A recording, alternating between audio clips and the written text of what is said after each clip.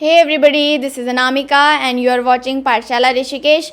आज के वीडियो में हम बात करने वाले हैं रिपब्लिक डे 2022 के हाइलाइट्स के बारे में। अभी हमने हाल ही में अपना 73वां गणतंत्र दिवस मनाया है, तो उसी उपलक्ष्य में उस कार्यक्रम में आपके लिए कुछ ऐसे हाइलाइट्स होते हैं जो आपके एग्ज़ाम पॉइंट ऑफ व्यू से इम्पॉर्टेंट हैं और आपको इन जनरल भी इनके बारे में पता होना चाहिए। आपके जितने भी अपकमिंग एग्ज़ाम्स हैं, चांसेस हैं कि यहाँ से आपके लिए क्वेश्चन बनेंगे, तो जितनी भी इंपॉर्टेंट चीज़ें हैं उनके बारे में हम आज की वीडियो में बात करेंगे। ठीक है, सबसे पहले मैं आपको एक इंट्रोडक्शन दे देती हूँ रिपब्लिक डे 2022 की परेड का।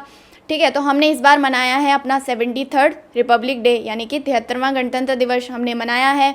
सबसे इम्पॉर्टेंट चीज़ आपके लिए क्या हो जाती है यहाँ से, हमारे रिपब्लिक डे की थीम। ठीक है, आपको डायरेक्ट क्वेश्चन पूछता है कि इस बार के रिपब्लिक डे की थीम क्या रही है, तो इस बार की थीम रही है आपका आज़ादी का अमृत महोत्सव, क्योंकि हम मनाएंगे अपना 75वां ईयर ऑफ इंडिपेंडेंस, यानी कि 75th ईयर ऑफ इंडिपेंडेंस। तो उसी के उपलक्ष्य में थीम रही है आज़ादी का अमृत महोत्सव। ठीक है, तो जो भी आपकी परेड हुई है उसमें जो भी झांकियाँ आई हैं उनका बेस थीम क्या था, आपका आज़ादी का अमृत महोत्सव। ठीक है, ये तो आप सब लोगों को पता है, हम अपना गणतंत्र दिवस मनाते हैं 26 जनवरी को। क्यों सिर्फ 26 जनवरी को ही हम अपना गणतंत्र दिवस मनाते हैं? अगर आपको इसका आंसर जानना है तो आप पाठशाला के यूट्यूब चैनल पे गुलाटी सर की वीडियो देख सकते हैं, आपको वहाँ से इसका आंसर मिल जाएगा। ठीक है, तो जैसे मैंने बता दिया है 75th ईयर ऑफ इंडिपेंडेंस के उपलक्ष्य में हमने थीम रखी है आज़ादी का अमृत महोत्सव, तो ये आपको ध्यान रखना है। ठीक है, हमेशा की तरह परेड स्टार्ट होती है आपके राजपथ में। इस बार क्योंकि वेदर थोड़ा फॉगी था तो इसलिए 10:30 बजे आपकी परेड स्टार्ट हुई है। वैसे 10 बजे से स्टार्ट हो जाती है, लेकिन इस बार आधा घंटा ये डिले हो गई थी। ठीक है, तो आपके जो हमारे राष्ट्रपति होते हैं उनके द्वारा आपका फ्लैग अनफर्लिंग की जाती है, 21 तोपों की सलामी दी जाती है और उसके बाद हमारा नेशनल एंथम वहाँ पे चलता है। ठीक है, तो ये इस तरीके से आपकी परेड वहाँ पे स्टार्ट होती है और राजपथ को दुल्हन की तरह सजाया जाता है। बहुत ही सुंदर वो दृश्य होता है, देखने लायक। ठीक है, अगर आपने परेड नहीं देखी है तो आपको यहाँ पे देखने को मिल सकता है उसका एक ओवरव्यू, मतलब आपको अच्छा लगेगा। अगर हम कुछ और बात करें कि क्या क्या इस बार इम्पॉर्टेंट रहा है रिपब्लिक डे की परेड में, तो 17 मिलिट्री बैंड्स थे जिन्होंने परफॉर्म करा, 16 आपके मार्चिंग कंटिजेंट थे और 21 झांकियाँ आपकी इस बार दिखाई गई। क्योंकि कोविड-19 की वजह से सारे राज्यों को मौका नहीं मिल पाया इस बार कि वो अपनी झांकियाँ प्रस्तुत कर सकें परेड में, तो सिर्फ इस बार 12 स्टेट ने अपनी झांकियाँ दिखाई और 9 अलग अलग मिनिस्ट्रीज़ और डिपार्टमेंट ने अपनी झांकियाँ इस बारी की परेड में दिखाई हैं। क्योंकि टॉपिक आपका कंट्रोवर्सी में रहा है, हमारी जो वेस्ट बंगाल की सीएम है ममता बनर्जी, उन्होंने भी प्रधानमंत्री जी को चिट्ठी लिखी थी कि उनके स्टेट की झांकी को भी मौका दिया जाए, लेकिन वहाँ की जो झांकी थी इस बार नहीं दिखाई गई है। तो इसलिए भी टॉपिक बहुत ज़्यादा कंट्रोवर्सी में रहा है कि किस बेसिस पे स्टेट को झांकियाँ प्रस्तुत करने का मौका दिया गया है। तो फिर सेंट्रल गवर्नमेंट ने बताया है कि किस बेसिस पे जो झांकियाँ होती हैं वो दिखाई जाती हैं, मतलब वो ऐसे कोई पर्टिकुलर गवर्नमेंट के द्वारा चयनित नहीं किए जाते हैं। एक आपकी कमेटी बिठाई जाती है जो कि देखती है कि किस स्टेट की झांकी को इस बार मौका दिया जाएगा। क्योंकि इस बार क्या था, हमने अपना आज़ादी का 75वां महोत्सव जो हम मना रहे हैं, तो उसी के बेस पे झांकियों को सेलेक्ट करा गया है। मतलब किसी ने इंडिपेंडेंस को लेकर अगर उनकी थीम थी तो उनको सेलेक्ट करा गया है, और बाकी अलग अलग जो फील्ड होते हैं जैसे art, painting, sculpture, art, architecture, ये सारे फील्ड होते हैं, इनके बेसिस पे आपकी जो कमेटी बैठती है वो सेलेक्ट करती है, पूरा एनालिसिस करके सेलेक्ट करती है कि किस स्टेट की झांकी को मौका दिया जाएगा। अगर हम बात करें कि इस कमेटी का गठन कौन करता है, ये कमेटी किसके द्वारा बनाई जाती है, तो ये बनाई जाती है आपकी मिनिस्ट्री ऑफ डिफेंस के द्वारा, जिसके हमारे मिनिस्टर कौन है, राजनाथ सिंह। तो इनके द्वारा ये कमेटी बिठाई जाती है जो कि आपके जो भी झांकियाँ होती हैं उनका सिलेक्शन करती है। तो इस बार और क्या इंपॉर्टेंट रहा है कि इस बार कोई भी चीफ गेस्ट नहीं थे हमारे,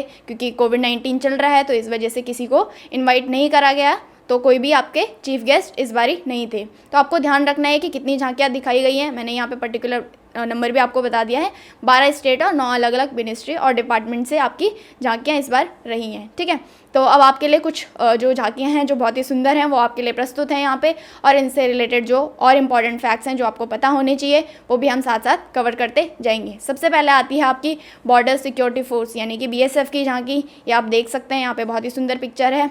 ठीक है, BSF की जो झांकियाँ होती हैं वो इसी तरीके से हर साल आती हैं। मतलब आपके जो कैमल होते हैं, जो ऊँट होते हैं, उन पे हमारे BSF के जवान सवार होते हैं। इनकी आपकी खास मूँछों की वजह से ये जाने जाते हैं अपने। ठीक है, तो बॉर्डर सिक्योरिटी फोर्स के बारे में अगर हम कुछ फैक्ट देखें तो 1965 में इसकी फॉर्मेशन होती है। ठीक है, इसका मोटो आता है ड्यूटी अनटू डेथ। और अगर आपको पूछता है कि कौन सी मिनिस्ट्री के अंडर आपका बीएसएफ आता है, तो ये आता है आपका अंडर होम मिनिस्ट्री। ठीक है, इंपॉर्टेंट है क्योंकि होम अफेयर्स के अंदर ये आता है। बाकी जितने भी डिफेंस फोर्सेस होते हैं वो डिफेंस मिनिस्ट्री के अंडर आएंगे, लेकिन जो आपका बीएसएफ होगा वो मिनिस्ट्री ऑफ होम अफेयर्स के अंडर आती है, तो इसलिए भी इंपॉर्टेंट हो जाती है ये आपकी बीएसएफ की झांकी आपको देखने को मिली। इसी तरीके से आपकी 61st कैवलरी रेजिमेंट, जो कि इकलौती घुड़सवार रेजिमेंट है, इसकी झांकियाँ भी इस बार आपको परेड में देखने को मिली। इसकी फॉर्मेशन की अगर हम बात करें तो 1953 में हमारी जो 61st कैवलरी रेजिमेंट है इसकी फॉर्मेशन हुई थी। ठीक है, पहले बहुत सारी घुड़सवार रेजिमेंट हुआ करती थी, लेकिन उनको बाद में मर्ज करके 1953 में मर्ज करके उनको 61st कैवलरी रेजिमेंट बना दिया गया। तो ये ओनली एक्टिव रेजिमेंट है अभी पूरे वर्ल्ड में जो इस तरीके से आपकी घुड़सवार रेजिमेंट है। तो बहुत ही सुंदर इसकी भी पिक्चर आपको यहाँ पे देखने को मिलेगी। इसका अगर हम मोटो की बात करें तो इसका मोटो हो जाएगा अश्वशक्ति यशोबल। तो मोटो भी आपको इनका ध्यान रखना है। ये आपकी होगी 61st कैवलरी रेजिमेंट। नेक्स्ट बात कर लेते हैं हमारी इंडियन एयरफोर्स की जो इस बार की झांकी आई है वो भी अपने आप में बहुत सुंदर थी और बहुत सारी उसमें इंपॉर्टेंट चीज़ें आपके लिए फैक्ट्स आते हैं, तो उनके बारे में हम बात कर लेते हैं। अगर बात करें कि एयरफोर्स की फॉर्मेशन कब हुई थी, तो 8 अक्टूबर 1932 को इसकी फॉर्मेशन हुई थी। इसीलिए हम 8 अक्टूबर को अपना क्या मनाते हैं, एयरफोर्स डे मनाते हैं। आपको मेरे को कमेंट सेक्शन में बताना है कि हमारे अभी एयर मार्शल कौन है एट प्रेजेंट। ठीक है, आपको उनका नाम बताना है क्योंकि वो अभी हाल ही में अपॉइंट हुए हैं, चेंज हुए हैं, तो उनको आपको मेरे को नाम बताना है। अगर हम बात करें कि एयरफोर्स का मोटो क्या है, तो इसका मोटो हो जाएगा touch the sky with glory. तो ये भी आपको याद रखना है। नेक्स्ट आता है बहुत ही इंपॉर्टेंट फैक्ट जहाँ से आपके लिए क्वेश्चन बन सकता है। इस बार आपकी पहली महिला रही हैं जिन्होंने कि राफेल उड़ाया है, यानी कि जो फाइटर जेट है राफेल, जो हमने कहाँ से परचेज़ करा है, फ्रांस से हमने इसको परचेज़ करा है। तो इस बार इन्होंने ये राफेल उड़ाया है हमारी रिपब्लिक डे परेड पे। इनका नाम है शिवांगी सिंह। तो आपको क्वेश्चन पूछेगा कि पहली महिला कौन है जिन्होंने कि राफेल उड़ाया है हमारे गणतंत्र दिवस की परेड में, तो इनका नाम है शिवांगी सिंह। ठीक है, तो ये भी फैक्ट आप याद रखेंगे यहाँ से। फिर आ जाते हैं हम स्टेट की कुछ झांकियों पे, क्योंकि आपको इस तरीके से क्वेश्चन पूछा जा सकता है कि इस बार की उत्तराखंड की झांकी में क्या इंपॉर्टेंट था या क्या दिखाया गया, तो आपको वो पता होना चाहिए। तो आपके लिए यहाँ पे 12 राज्य हैं इस बार की झांकियाँ, तो 12 राज्य आपको याद करने ईजी होंगे। ठीक है, मतलब आपको इनके हाईलाइट्स पता होने चाहिए कि किस तरीके की इस झांकियों में क्या क्या दिखाया गया। तो सबसे पहले हम बात कर लेते हैं उत्तराखंड के बारे में। उत्तराखंड की ये आप झांकी देख सकते हैं, बहुत ही सुंदर है। ठीक है, इसकी कैपिटल आपकी हो जाएगी देहरादून और गैंडसर, 2 कैपिटल इसकी हैं। तो बात कर लेते हैं कि उत्तराखंड की झांकी में क्या दिखाया गया है इस बार। तो गुरुद्वारा दिखाया गया झांकी में, और एक बहुत ही जो आपका अभी हाल ही में एक ब्रिज बना है जिसका नाम है डोबरा चांटी ब्रिज, इसकी भी यहाँ पे आपको झांकी दिखाई गई। और इसमें एक और इम्पॉर्टेंट चीज़ थी, आपको यहाँ पे दिखने को मिलेगा, एक डैम है जिसको बोला जाता है टेहरी डैम। ये इंडिया का हाईएस्ट डैम है और वर्ल्ड का 4th हाईएस्ट डैम है। ठीक है, तो इसलिए भी इंपॉर्टेंट हो जाता है। तो इसकी भी यहाँ पे आपको झांकी दिखाई गई। और क्या इंपॉर्टेंट था, आपको यहाँ पे 4 धाम आपको पता होगा कि उत्तराखंड में प्रेजेंट हैं, तो उसी में से बद्रीनाथ टेम्पल को यहाँ पे दर्शाया गया है। ये बहुत ही सुंदर सी, और यहाँ पे फूलों की घाटी यानी कि जो वैली ऑफ फ्लावर्स उत्तराखंड में प्रेजेंट है उसको भी इसमें दिखाया गया। तो ये उत्तराखंड की झांकी थी और इससे रिलेटेड फैक्ट्स थे कि किस तरीके से उत्तराखंड की झांकी को प्रस्तुत किया गया। इसी तरीके से हम बात कर लेते हैं उत्तर प्रदेश की झांकी के बारे में। तो अभी हाल ही में आपने देखा होगा कि प्रधानमंत्री नरेंद्र मोदी जी द्वारा काशी विश्वनाथ कॉरिडोर प्रोजेक्ट का उद्घाटन किया गया है। इस पर मैंने ऑलरेडी वीडियो बना चुकी हूँ काशी विश्वनाथ पे, तो आप वो जाके देख सकते हैं।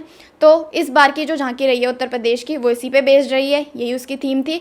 काशी विश्वनाथ धाम दिखाया गया है, बहुत ही सुंदर ये आप उत्तर प्रदेश की झांकी देख सकते हैं। तो आपको ये याद रखना है कि इस बारी क्या थी उत्तर प्रदेश की झांकी की थीम, तो काशी विश्वनाथ धाम इसमें दर्शाया गया है। ठीक है, फिर बात कर लेते हैं गुजरात के बारे में। गुजरात ने इस बारी अपने क्या दिखाया है अपनी झांकी में, तो इन्होंने दिखाया है फ्रीडम मूवमेंट ऑफ 1922। ठीक है, तो गुजरात की एक है भील ट्राइब्स, यहाँ के जो ट्राइब्स हैं इन्होंने फ्रीडम मूवमेंट में अपना पार्टिसिपेट इनका किस तरीके से था 1922 में, तो उसी को इस झांकी में दिखाया गया है। यह है आपकी गुजरात की बहुत ही सुंदर झांकी। नेक्स्ट बात कर लेते हैं मेघालय के बारे में। ठीक है, तो मेघालय ने इस बार क्या यूनिक था, यहाँ पे इन्होंने मनाया है अपना 50 ईयर ऑफ स्टेटहुड, यानी कि अपने स्टेटहुड फाउंडेशन डे इन्होंने मनाया अभी हाल ही में 21 जनवरी को 1972 को इनकी फॉर्मेशन हुई थी। तो 21 जनवरी अभी हाल ही में गया है। तो उसी के उपलक्ष्य में इन्होंने क्या करा कि अपना जो स्टेटहुड फॉर्मेशन था उसी को इन्होंने डिस्प्ले करा है, उसी को इन्होंने दर्शाया है झांकी में। तो पूछता है आपको कि मेघालय की झांकी में क्या दर्शाया गया, तो इन्होंने अपना 50 ईयर ऑफ स्टेटहुड अपनी झांकी में दर्शाया। तो ये आप मेघालय की झांकी देख सकते हैं। नेक्स्ट बात कर लेते हैं हम गोवा के बारे में, ठीक है। तो गोवा के डेब्यू की थीम क्या थी, इनका था सिंबल ऑफ गोवन हेरिटेज, मतलब जो इनकी हेरिटेज साइट है उनको इन्होंने इसमें दिखाया गया है। तो ये है आपका गोवा की झांकी, आप देख सकते हैं। उसमें इन्होंने क्या दिखाया है अपना, जब 1612 में इन्होंने पोर्तुगीज़ ने एक ओगाड़ा शोकेस है, फोर्ट इसको बोला जाता है, मतलब किला है, उसको इन्होंने दिखाया है। और किसने बनाया था, ये पोर्तुगीज़ ने बनाया था जब इन्होंने डच को यहाँ से भगाया था, तो उनके द्वारा ये बनाया गया, तो उन्हीं को ये दिखाया गया। और बाकी इसमें आपको गोवा के जो भी हेरिटेज हैं वो इसमें दिखाए गए, वो प्रस्तुत किए गए। फिर आती है आपकी जम्मू कश्मीर की झांकी, बहुत ही सुंदर इस बार की जम्मू कश्मीर की झांकी रही है। क्या इन्होंने दिखाया है, अगर हम उसके बारे में बात करें तो ये आपको माता वैष्णो देवी टेम्पल मिलेगा, जो कि कहाँ सिचुएटेड है, आपका ऑब्वियसली जम्मू एंड कश्मीर में ये सिचुएटेड है, ठीक है। तो उसी को इन्होंने दर्शाया है अपनी झांकी में। और कुछ इसमें इंपॉर्टेंट चीज़ें रही हैं, जो रियर साइड है इसका, यहाँ से आपको देखने को नहीं मिलेगा, ये फ्रंट साइड है। अगर इसके बैक साइड की बात करें तो आपको Indian institute of management, Indian institute of technology और एम्स को इन्होंने इसमें दर्शाया है, जो कि अभी हाल ही में इस्टेब्लिश हुए हैं यहाँ पे। तो ये इन्होंने इसमें दर्शाए हैं जितने भी ये इंस्टीट्यूट रहे हैं। और एयरपोर्ट आपका international airport Jammu and Kashmir का, तो ये इस झांकी में आपको दिखाया गया है। मेन क्या रहा है, माता वैष्णो देवी टेम्पल आपको याद रखना है, जम्मू कश्मीर की झांकी में इस बार दिखाया गया है। अगर हम बात करें हरियाणा की झांकी के बारे में, तो हरियाणा ने अपने डेब्यू में क्या दिखाया है, इन्होंने दिखाई हैं पॉलिसीज़ ऑफ स्टेट गवर्नमेंट, मतलब स्टेट गवर्नमेंट की क्या क्या पॉलिसीज़ रही हैं इस बारी, वो इनकी झांकी में आपको देखने को मिला। और एक इम्पॉर्टेंट थीम इनकी थी स्पोर्ट्स इन हरियाणा, यानी कि जो हरियाणा के जितने भी स्पोर्ट्समैन हैं उनकी थीम को बेस बना के इन्होंने इस बार की झांकी प्रस्तुत की है। क्योंकि आपको पता होगा कि अभी हाल ही में टोक्यो ओलंपिक हुए हैं और टोक्यो पैरा ओलंपिक हुए हैं, तो वहाँ पे हरियाणा ने हमारे लिए जो मैक्सिमम मेडल लेके आए हैं वो हरियाणा के प्लेयर थे। तो उसी को डेडिकेट करते हुए इन्होंने इस बार की झांकी में ये सब प्रस्तुत किया, ठीक है। नेक्स्ट बात कर लेते हैं छत्तीसगढ़ की झांकी के बारे में। छत्तीसगढ़ की झांकी में इस बार क्या था, इन्होंने स्टेट की एक योजना है जिसको बोला जाता है गोधन न्याय योजना, तो उसी को इन्होंने प्रस्तुत करा है अपनी झांकी में। और बाकी जो भी आपका यूज़ ऑफ रूरल रिसोर्सेज है, मतलब किस प्रकार से रिसोर्सेज का यूज़ किया जाता है गवर्नमेंट के द्वारा, इनकी छत्तीसगढ़ की गवर्नमेंट के द्वारा, उसको इन्होंने इस झांकी में प्रस्तुत करा। और अपनी जो इम्पोर्टेंट इनकी गोधन न्याय योजना है उसको इन्होंने प्रस्तुत करा छत्तीसगढ़ की झांकी में। नेक्स्ट बात कर लेते हैं अरुणाचल प्रदेश की। तो अरुणाचल प्रदेश की आप ये झांकी देख सकते हैं।